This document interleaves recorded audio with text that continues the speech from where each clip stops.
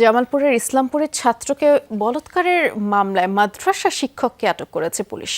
সকালে গোয়ালেরচর ইউনিয়নের দারুত তাহফিজ এনামুল খান হিফজুল কুরআন মাদ্রাসা থেকে তাকে আটক করা হয়। পুলিশ জানায়, গতরাতে মাদ্রাসার নুরানি শাখার 10 বছর বয়সী এক ছাত্রকে ডেকে নিয়ে যান সহকারী শিক্ষক শামসুল হক সাজু।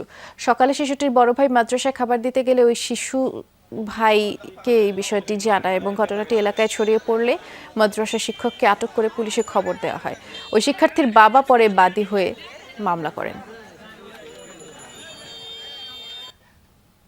এমন কাজ করছে একজন ছেলে হয়ে আরেকজন ছেলেকে এই নির্যাতন করছে। ছেলে মেয়ে পড়ে দিছি আর হেফাজত মতো নাকবো, আর হেফাজত মতো না খাম দেও, হেফাজত মতো না খায়, এদের কঠিন বিচার চাই।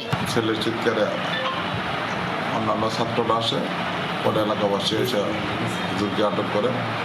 সংবাদ পেয়ে আমরা যাই, হুজুরকে আমাদের হেফাজতে নেই, থানা হাজতে আছে।